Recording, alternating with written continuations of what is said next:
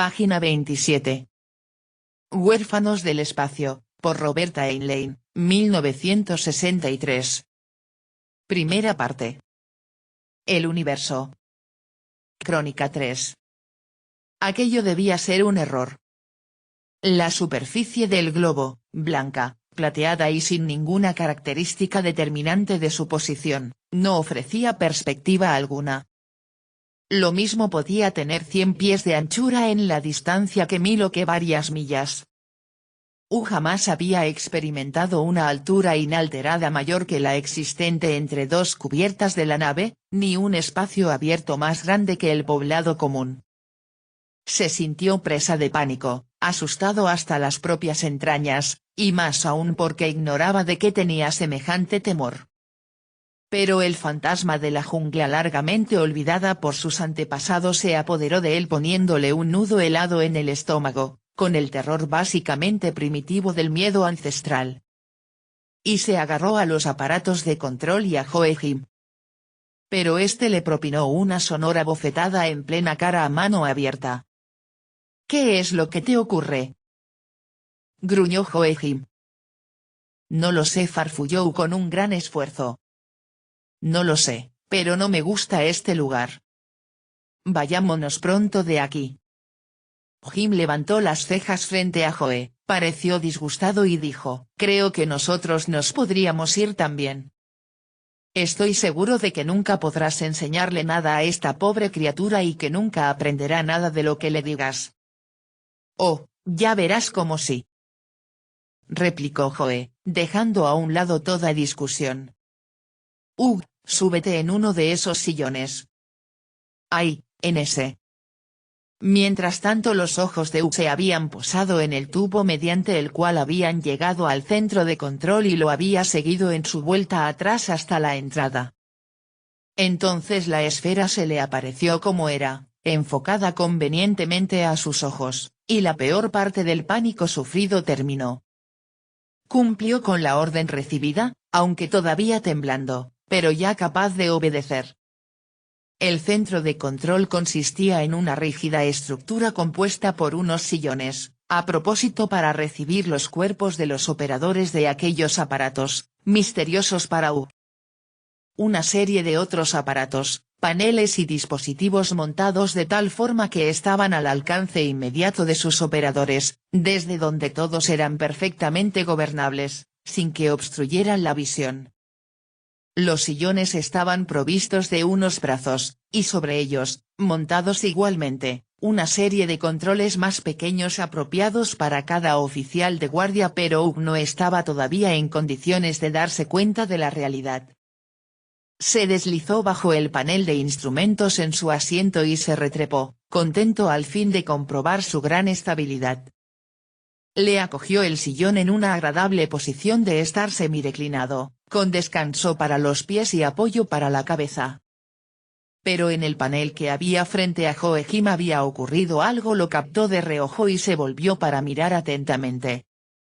Unas brillantes letras en rojo resplandecían cerca del tope del tablero, segundo astrogator en situación. ¿Qué era un segundo astrogator? No lo sabía.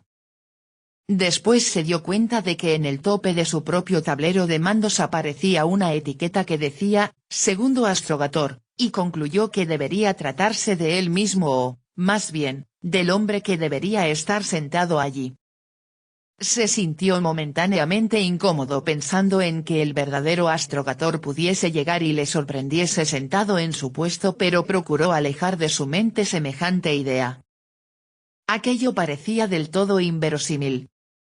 Pero, de todas formas, ¿qué sería un segundo astrogator? Las letras se desvanecieron del tablero de Joachim y una línea roja apareció al borde de la mano izquierda y persistió. Joachim hizo algo con la mano derecha y su tablero informó, aceleración 0 y después propulsión principal. Las últimas dos palabras parpadearon varias veces y después fueron reemplazadas por las palabras sin novedad. Aquellas palabras también desaparecieron y una brillante línea verde apareció cerca del borde de la mano derecha. Dispuesto, dijo Joe, mirando hacia La luz va a apagarse. ¿No irá usted a apagar todas las luces?, protestó Hugh. No, lo harás tú. Echa un vistazo a tu mano izquierda. ¿Ves esas pequeñas luces blancas? Hugh lo hizo así y encontró, brillando a través de la superficie del brazo del sillón, 8 pequeños y brillantes puntos de luz dispuestos en 2 cuadrados uno encima de otro. Cada una controla la luz de un cuadrante, explicó Joe. Cúbrelas con tu mano para que se apaguen las luces. Vamos, hazlo. Con cierta resistencia, pero fascinado, Hugh hizo que se le había ordenado. Colocó la palma de la mano sobre aquellas diminutas luces y esperó. La plateada esfera se fue oscureciendo, desvaneciéndose por momentos y dejándoles en la oscuridad absoluta, excepto por el suave resplandor de los paneles de instrumentos. Hugh se sintió nervioso, pero excitado. Retiró la palma de la mano y la esfera permaneció en la oscuridad. Los 8 puntos de luz se habían vuelto azules. Ahora, dijo Joe, voy a mostrarte las estrellas. En la oscuridad, Joaquín deslizó la mano sobre el dispositivo de 8 luces. La creación. Fielmente reproducida, brillando firme y serena los muros del estelario, como lo hacían sus originales en las negras profundidades del espacio, todas aquellas miríadas de estrellas, reflejadas en un le miraron de pronto como si convergiesen a él. Una luz tras otra, como joyas resplandecientes, aparecían dispersas en un esplendor desordenado a través de aquel simulacro del cielo. Soles cuentos se esparcían ante él, sobre él, en cualquier dirección que siguiera su vista. Sintió suspendido y solo en el centro del universo estelar. ¡Oh! Aquel fue un sonido involuntario, causado por su respiración largamente contenida. Se aferró a los brazos del sillón hasta el punto de romperse las uñas, aunque sin darse cuenta, consciente de su acción involuntaria. No es que sintiese miedo en aquel momento, solo había lugar en todo su ser para una sola emoción. La vida dentro de la nave, alternativamente pesada y rutinaria con el vivir de cada día, no había impreso nada en su innata capacidad para experimentar la belleza, y por primera vez en toda su vida conoció el intolerable éxtasis de la belleza pura. Le sorprendió, produciéndole un efecto casi físico y con igual intensidad que el primer temblor que se experimenta con el sexo. Le llevó bastante tiempo el recobrarse antes de que se recuperase del choque sufrido y de hallarse en condiciones de notar la carcajada divertida de Joe. ¿Has tenido ya bastante?, inquirió Joe. Sin esperar la respuesta, Joaquín hizo volver las luces de nuevo, utilizando los controles duplicados montados en el brazo izquierdo de su sillón de control. Hugh suspiró. Le dolía el pecho y el corazón le latía alocadamente. Comprobó de repente que había permanecido con la respiración contenida todo el tiempo en que las luces permanecieron encendidas. Bien, muchacho listo, dijo Jim, ¿te has convencido ahora? Hugh volvió a suspirar profundamente sin saber por qué. Con las luces de vuelta se sintió seguro de nuevo, pero se hallaba poseído de una profunda sensación de haber perdido algo. Sabía, subconscientemente, que habiendo visto las estrellas nunca más volvería ya a sentirse feliz.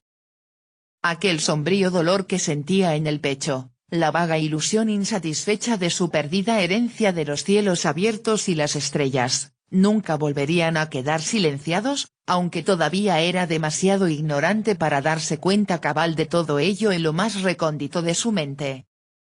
¿Qué ha sido todo eso?, preguntó al fin con voz apagada. Eso es el mundo, contestó Joe. Eso es el universo. Eso es, amigo, lo que he intentado que comprendieras. Hugh intentó furiosamente forzar su mente sin experiencia hacia la comprensión de aquel hecho evidente. Entonces, ¿es eso lo que usted quería decir al hablar del exterior?, preguntó. ¿Todas esas bellas luces? Pues claro que sí, dijo Joe, solo que no son pequeñas. Están muy lejanas, sí, a muchos miles de millas de distancia. ¿Qué? Sí, seguro, persistió Joe. Hay mucho sitio ahí fuera, es el espacio. Es muy grande. Bueno, algunas de esas estrellas pueden ser tan grandes como la nave. Y tal vez mayores. La cara de Hugh ofrecía un lamentable estudio de una imaginación desbordada por lo incomprensible. ¿Más grandes que la nave? Repitió. Pero. Jim movió la cabeza impaciente y dijo a Joe, ¿qué te había dicho? Estás perdiendo el tiempo con este melón. No tiene ninguna capacidad. Calma, Jim, le dijo Joe con afabilidad, no esperes que pueda correr antes de que aprenda a arrastrarse. Eso siempre se lleva algún tiempo. Quiero recordar que tú te mostraste también un poco lento para dar crédito a tus ojos. Eso es mentira, protestó Jim. Tú eras el único que tenías que convencerte. Está bien, concedió Joe, dejemos eso. Pero es cierto que ambos tuvimos que necesitar bastante tiempo para apreciarlo correctamente. Oilan dedicó poca atención al intercambio de palabras entre los dos hermanos. Era normal, su atención estaba concentrada en algo decididamente no usual. Joe preguntó, ¿qué ha sido de la nave mientras estuvimos mirando a las estrellas? ¿Estuvimos viéndolas directamente? No exactamente, le repuso Joe. Tú no mirabas en absoluto directamente a las estrellas, sino a una especie de imagen de ellas. Es como. Bueno, como ocurre con un espejo o algo parecido. Tengo un libro que habla de esa cuestión. Pero puedes verlas directamente, dijo entonces Jim, olvidado ya momentáneamente su anterior gusto. Hay un compartimento más adelante este lugar, y... Oh, sí, interrumpió Joe, se me fue de la cabeza. La galería del capitán. Está hecha toda de y desde allí puedes verlo todo a tu gusto, exactamente. ¿La galería del capitán? Pero... no de este capitán. Él nunca estuvo cerca de este lugar. Es el nombre que hay sobre la puerta del compartimento. ¿Qué es una galería? Maldito si lo sé. Es sencillamente el nombre de ese sitio. ¿Quieren ustedes llevarme a que lo vea? Joe pareció estar dispuesto a complacer a Hugh, pero Jim le interrumpió. En otra ocasión cualquiera. Quiero volver. Estoy hambriento. Pasaron por el tubo, despertaron a Bobo y de nuevo rehicieron el largo viaje hacia abajo. Transcurrió bastante tiempo antes de que Hugh convenciera a Joe Jim de volver a explorar de nuevo, pero el tiempo que empleó en ello estuvo bien gastado. Joe Jim le permitió leer una enorme colección de libros que Hugh no había visto jamás. Algunos eran copias de libros que Hugh había visto antes, pero incluso aquellos tenían entonces para él un nuevo significado. Leía incesantemente, con la mente empapada de nuevas ideas, luchando sin descanso para conectarlas entre sí, entrelazándolas, luchando contra nuevos conceptos, fanáticamente aferrado a la idea de captar su significado. Casi se olvidó de dormir, y hasta a veces de comer hasta que caía rendido por el dolor del diafragma que reclamaba imperiosamente el cuidado de su cuerpo. Satisfecho el apetito de la comida, volvía de nuevo al estudio hasta que le dolía la cabeza y los ojos rehusaban ya ver nada. Las exigencias de servicio de Joe Jim hacia Hugh fueron muy pocas. Aunque Hugh no estaba nunca fuera de servicio, Joe Jim no le dio importancia a sus lecturas en tanto se encontrase cerca de donde pudiera oír cualquier orden y estuviese dispuesto a ejecutarla inmediatamente. Jugando al ajedrez el uno con el otro, lo cual solía ocurrir la mayor parte del tiempo, Hugh disponía de tiempo sobrado para sus lecturas incesantes, e incluso las discusiones entre los hermanos servían siempre de algo útil a Hugh, ya que salían a relucir cuestiones sobre la nave, su historia, su maquinaria y el equipo, la clase de personas que la habían construido y quienes la habían tripulado al principio, además de su historia ya en la Tierra, la increíble Tierra, aquel extraño lugar donde la gente había vivido en el exterior en vez del interior. Hugh se preguntó por qué no habrían disminuido. Planteó la cuestión a Joe y al final obtuvo la recompensa de algunas nociones respecto a la gravitación. En realidad, nunca lo comprendió emocionalmente, aquello resultaba fantásticamente improbable, pero como concepto intelectual estaba en condiciones de aceptarlo y utilizarlo, mucho más tarde, en sus primeras y vagas concepciones sobre balística y el arte de la astronavegación y la maniobra de la nave. Aquello le fue conduciendo, con el tiempo, a preguntarse respecto al peso de las cosas en la nave, una cuestión que antes jamás le había importado. Cuanto más bajo era el nivel, más grande era el peso de los cuerpos, pero para su mente sencilla aquello solo representaba un orden natural de las cosas y nada que le hiciera pensar en algo diferente. Estaba familiarizado con la cuestión de la fuerza centrífuga por la utilización de las ondas de disparar proyectiles de todo género. Para aplicar aquello también a la totalidad de la nave, el pensar que la nave era como una onda que diese vueltas como una onda, y de ahí el que causara el aumento de peso de los objetos resultaba demasiado embrollo. Y nunca lo creyó realmente. Joachim le llevó una vez más hacia la sala de control y le mostró qué poco sabían los hermanos respecto a la manipulación de los controles y la lectura de los instrumentos de la astronavegación. Los ingenieros diseñadores, largamente olvidados ya, empleados por la Fundación Jordan, recibieron instrucciones para diseñar una nave del espacio que no pudiese deteriorarse, incluso en el caso de que el viaje se prolongase mucho más de los esperados 60 años. Y la construyeron lo mejor que supieron. Planear la propulsión de los motores principales y la maquinaria auxiliar, en su gran parte automática y que sería la que hiciese habitable la nave, y al diseñar los controles necesariamente para manejar toda la maquinaria, no por completo automática, la idea de partes móviles había sido rehusada de plano y evitada. Los motores y el equipo auxiliar trabajaban a un nivel por debajo del movimiento mecánico, sobre un nivel de fuerza pura, como lo hacen los transformadores. En lugar de tener que empujar botones, palancas, a la vez y ejes, los controles y la maquinaria a que servían estaban planeados en términos de equilibrio entre campos estáticos, dispositivos de funcionamiento electrónico y circuitos conectados o desconectados por una simple mano situada sobre una luz. A semejante nivel de acción la fricción perdía su significado, y el desgaste y la erosión no tenían cabida. De haber sido muertos todos los que gobernasen la nave en un motín, la nave seguiría lanzada al espacio, siempre iluminada, con el aire fresco y vivificador, y sus motores dispuestos y aguardando. Como estaba, aunque los elevadores y las cintas transportadoras cayeron en un estado de falta de reparación, en desuso y finalmente en el olvido de una función perdida de la memoria, la maquinaria esencial de la nave continuaba su servicio automático para su carga ignorante, o esperaría, quieta y dispuesta, a que alguien lo suficientemente inteligente descubriese la clave de su gobierno. El genio había desaparecido en la construcción de la nave.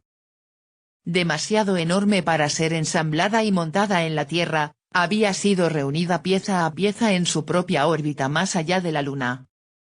Allí había permanecido suspendida y silenciosa durante 15 años, mientras los problemas presentados por la decisión de hacer de su maquinaria algo a toda prueba habían sido calculados, estudiados y finalmente resueltos. Durante el largo proceso, un nuevo campo de investigaciones, mejoras y disposiciones de alta mecánica había sido buscado y, al fin, conquistado. Y así cuando Hugh colocó una mano desentrenada, inquiriendo algo sobre la primera fila de luces marcadas con la leyenda aceleración positiva, obtuvo una inmediata respuesta, aunque no en términos de aceleración. Una luz roja en el tope del tablero del piloto jefe parpadeó rápidamente y el panel anunciador resplandeció con un mensaje: motores principales, no tripulados. ¿Qué significa eso?, preguntó a Joachim. No hay forma de decirlo, repuso Jim. Hemos hecho la misma cosa en la sala principal de motores, añadió Joe. Y allí, cuando lo intentas, dice sala de control no tripulada. Hugh pensó por un momento, ¿qué ocurriría si todos los puestos de control tuviesen a alguien en ellos a la vez y entonces lo hiciera? Pues no puedo decirlo, dijo Joe. Nunca hemos estado en condiciones de intentarlo.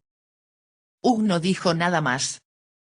Una resolución que había estado creciendo, sin forma en su mente, estaba ahora cristalizando en una decisión. Y estaba muy ocupado con ello. Esperó hasta que encontró a Joe Jim en buen estado de ánimo, los dos a la vez, antes de exponer su idea. Estaban en la galería del capitán en el momento en que Hugh decidió que el momento era propicio. Joe Jim descansaba agradablemente en el sillón del capitán, con el estómago bien repleto de comida, mirando extasiado las estrellas a través del espeso cristal de las claraboyas. Hugh llegó flotando junto a ellos. El giro de la nave hacía que las estrellas apareciesen como moviéndose en círculos estables. Joe Jim. ¿Eh? ¿Qué pasa, jovencito? Replicó Joe. Resulta maravilloso, ¿no es cierto? ¿A qué te refieres? A todo eso. A las estrellas. Hugh señaló la vista que tenían ante sus ojos con un amplio gesto del brazo y después tomó una silla para evitar su propio giro corporal. Sí, seguro que lo es. Le hace a uno sentirse mejor. Sorprendentemente, fue Jim en aquella ocasión el que contestó así. Hugh comprendió que la ocasión era decisiva. Esperó un momento y después dijo, ¿por qué no acabamos la tarea? Las dos cabezas se volvieron simultáneamente, con la de Joe un poco más próxima que la de Jim. ¿Qué tarea? El viaje. ¿Por qué no ponemos en marcha la propulsión principal y seguimos adelante con ella? A alguna parte por ahí, dijo deprisa antes de que le interrumpieran. En cualquier parte de esos lugares del espacio hay planetas como la Tierra, o por lo menos así lo creía la primera tripulación. Deberíamos hallarlo. Jim le miró y después soltó una carcajada. Joe sacudió la cabeza. Muchacho, dijo, no sabes siquiera de lo que estás hablando. Estás chiflado como bobo. No, todo está terminado y hecho. Olvídalo. ¿Por qué está todo hecho y terminado, Joe?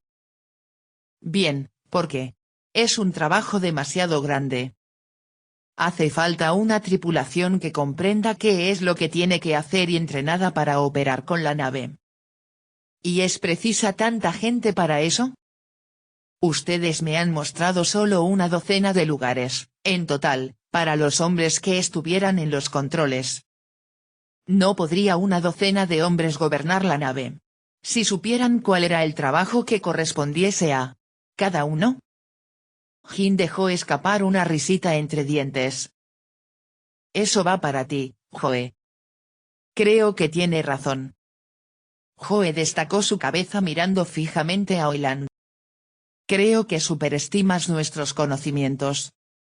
Tal vez nosotros pudiéramos hacer funcionar la nave, pero no sabríamos ir a ninguna parte. No sabemos dónde estamos. La nave ha estado a la deriva moviéndose en el espacio por yo no sé cuántas generaciones. No sabemos a dónde nos dirigimos ni a qué velocidad marchamos. Pero mire, rogó Hugh, hay instrumentos. Usted me los mostró. ¿No podríamos aprender a utilizarlos? ¿Acaso no podría usted, Joe, descubrir su funcionamiento si realmente lo deseara? Bueno. Supongo que sí, repuso Joe. Vamos, no fanfarronees, opinó Jim. No estoy fanfarroneando. Si una cosa puede funcionar, yo puedo descubrir la forma de cómo hacerlo. La cuestión quedó pendiente en un delicado equilibrio. Hugh ya había conseguido establecer un desacuerdo entre los hermanos que era lo que quería, de la manera más sutil. Ahora era cuestión de consolidar la posición. Tengo una idea que se me viene ocurriendo hace tiempo, dijo rápidamente. Conseguir para ustedes hombres con quienes operar, siempre que ustedes estén en condiciones de entrenarlos. ¿Y cuál es esa idea? Bien, recordarán ustedes que les dije algo respecto a un puñado de científicos. Esos estúpidos. Sí, seguro. Pero ellos ignoran lo que ustedes saben. A su forma, ellos tratan de ser muy razonables. Ahora, si yo pudiese volver y decirles lo que ustedes me han enseñado, podría conseguir hombres suficientes con quienes trabajar. Joe le interrumpió. Fíjate bien en nosotros, Hugh. ¿Qué estás viendo? Vaya. Bueno. Veo a ustedes, Joe. Estás viendo a un mutante, corrigió Joe, con una nota de sarcasmo en la voz. Nosotros somos un cuerpo mutante. ¿Te das cuenta? Tus científicos no trabajarán con nosotros. No, protestó Hugh. Eso no es cierto. No estoy hablando de los campesinos. Los que se dedican a las labores de la tierra no comprenderían nada, pero estos son científicos, y los más inteligentes de todos. Ellos comprenderán. Todo lo que se precisa es arreglar un salvoconducto para ellos para que pasen a través de la zona de amotinados mutantes. Ustedes pueden hacerlo, ¿no es cierto? Añadió, recalcando instintivamente el argumento que quería dejar bien sentado. Pues, realmente sí que podría hacerse, repuso Jim. Olvídalo, dijo Joe. Está bien, convino, sintiendo que Joe realmente estaba disgustado con su persistencia, pero creo que sería divertido. Y se apartó a una prudente distancia de los dos hermanos. Desde allí, pudo oír la continua discusión de ambos consigo mismos en voz baja. Hugh pretendió ignorarlo todo. Joe tenía aquel defecto esencial en su naturaleza fundida, siendo un comité, más bien que un simple individuo, difícilmente se prestaba a lo que hubiera hecho un hombre de acción, puesto que todas las decisiones eran necesariamente el resultado de una discusión y un compromiso. Varios momentos más tarde, Hugh oyó la voz de Joe elevarse de tono. Está bien, haz lo que te dé la gana. Después llamó más fuerte. Hugh. Ven aquí. Hugh se aproximó desde un mamparo adyacente y se aproximó a la inmediata vecindad de Joe, deteniendo el vuelo que había emprendido en aquel estado de ingravidez, agarrándose con ambas manos a un brazo del sillón del capitán. Hemos decidido, dijo Joe sin andarse por las ramas, dejarte ir allá abajo, donde hay el mayor peso, y que intentes hacer lo que has prometido. Pero creemos que eres un tonto. Bobo escoltó a Hugh hacia abajo y a través de los peligros de los niveles frecuentados por los mutantes, hasta dejarle en una zona habitada por encima de la gravidez normal. Gracias, Bobo, le dijo Hugh al partir. Buena comida. El enano emitió un gruñido, hizo un movimiento con la cabeza y se alejó a todo correr, subiendo por la escalera como un bicho raro, la misma escalera por la que habían descendido. Hugh se volvió y miró a su entorno, tocándose el cuchillo que llevaba envainado al hacerlo. Era bueno sentir su inmediato contacto. Aquel no era su cuchillo original. Su cuchillo había sido el premio ganado por Bobo cuando fue capturado, y que el enano rehusó devolverle más, aunque le dio otro grande cuando emprendieron el viaje. Sin embargo, aquella arma era buena y muy satisfactoria. Bobo le había conducido a petición de Hugh y por órdenes de Joe hacia los niveles bajos y hacia la zona directamente sobre el convertidor auxiliar utilizado por los científicos. Hugh deseaba ver a Billard, ayudante del ingeniero jefe y el que capitaneaba al grupo de los jóvenes científicos, sin desear tener que responder a demasiadas preguntas antes de hallarle. Hugh se dejó caer rápidamente por el resto de los niveles hasta encontrarse en un pasaje principal, que le resultó familiar.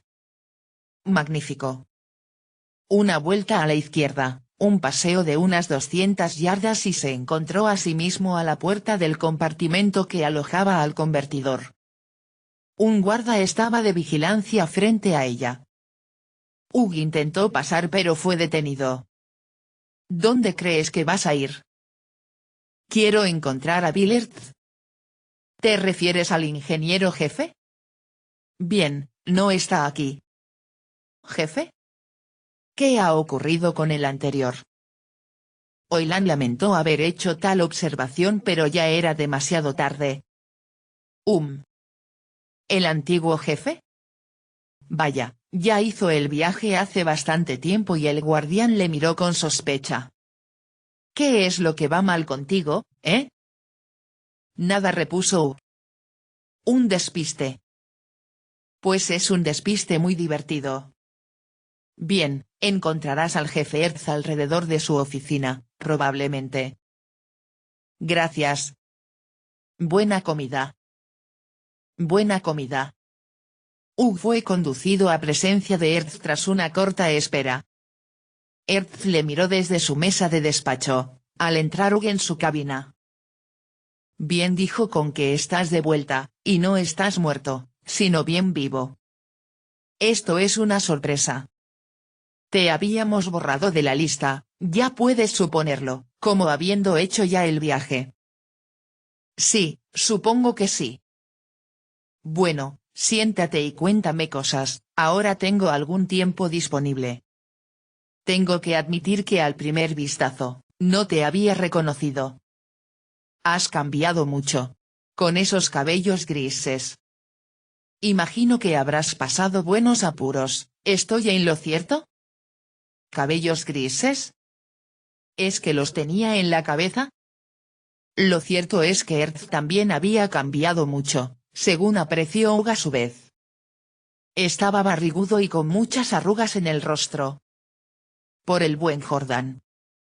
¿Cuánto tiempo había transcurrido? Erz tamborileó con los dedos sobre la mesa y apretó los labios. Esto crea un problema. El que vuelvas de nuevo así. Me temo que no pueda asignarte tu antiguo empleo. Mortiller lo tiene ahora.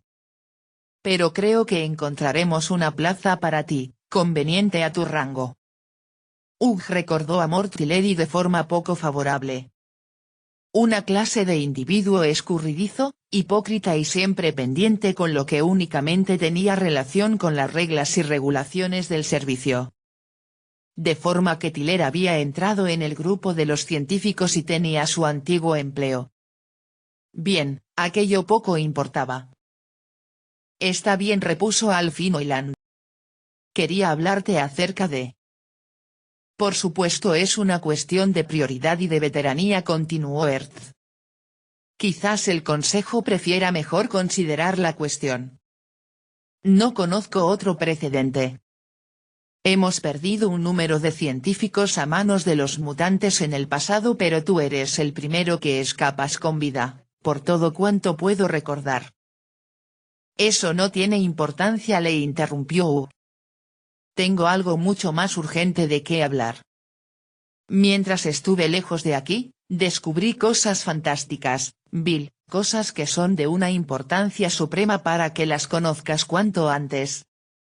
Por eso he venido directamente a verte el primero. Escucha, yo. Erz apareció súbitamente alerta. Desde luego. He debido pasarlo por alto inadvertidamente. Tienes que haber tenido una maravillosa oportunidad de estudiar a los mutantes y explorar su territorio. Vamos, hombre, suelta esa lengua. Dame tu informe. Hugh se mojó los labios. No es lo que piensas, dijo. Es algo mucho más importante que un informe preciso sobre los mutantes, aunque también les concierne. De hecho, podemos tener que cambiar nuestra política en su totalidad respecto a los Mu. Bien, adelante, continúa. Te escucho. Está bien. Y Hugh le contó el tremendo descubrimiento de la verdadera naturaleza de la nave, escogiendo cuidadosamente sus palabras y tratando de ser convincente con energía y seguridad. Ocultó ligeramente la serie de dificultades que presentaba el hecho de reorganizar la nave de acuerdo con el nuevo concepto, insistiendo en realzar el prestigio y honor que supondría para el hombre que condujese tal esfuerzo. Observaba la cara de Earth mientras hablaba. Tras del primer comienzo de completa sorpresa, cuando Hugh se embarcó en su idea clave, en el hecho de que la nave era en realidad un cuerpo que se movía en un gran espacio exterior, su rostro se hizo impasible sin que Oilan pudiese leer nada en sus rasgos, excepto el hecho de que parecía expresar un profundo interés cuando expuso la idea de cómo Earth era el hombre adecuado para aquella tarea, a causa de ser el jefe del grupo de la juventud y de los científicos más progresivos. Cuando Hugh concluyó, esperó la respuesta de Earth. Earth no dijo nada al principio, limitándose simplemente a la molesta tarea de tamborilear con los dedos sobre la mesa. Finalmente, se decidió a hablar. Esas son cuestiones muy importantes, Oilan, mucho más importantes de lo que parece, para tratarlas casualmente. Necesito tiempo para pensar en todo ello. Sí, es natural, convino Hugh. Quería añadir que ya he hecho los arreglos para un paso seguro hacia la zona donde no hay peso en los cuerpos. Puedo llevarte allá para que lo aprecies con tus propios ojos. No dudo de que será lo mejor, repuso Earth. Bien. ¿Tienes deseos de comer algo? No. Entonces será mejor que nos vayamos a dormir y a consultarlo con la almohada. Puedes usar el compartimento que hay detrás de mi oficina. No quiero que discutas nada con nadie hasta que haya tenido tiempo de pensar en ello. Podría causar dificultades si se sabe sin la debida preparación. Sí, creo que tiene razón. Muy bien, pues, dijo Earth conduciéndole a un compartimento existente tras de su oficina que evidentemente era utilizado para sala de estar. Creo que debes descansar bien. Hablaremos de todo más tarde. Gracias, le dijo Hugh. Buena comida. Buena comida. Página 40.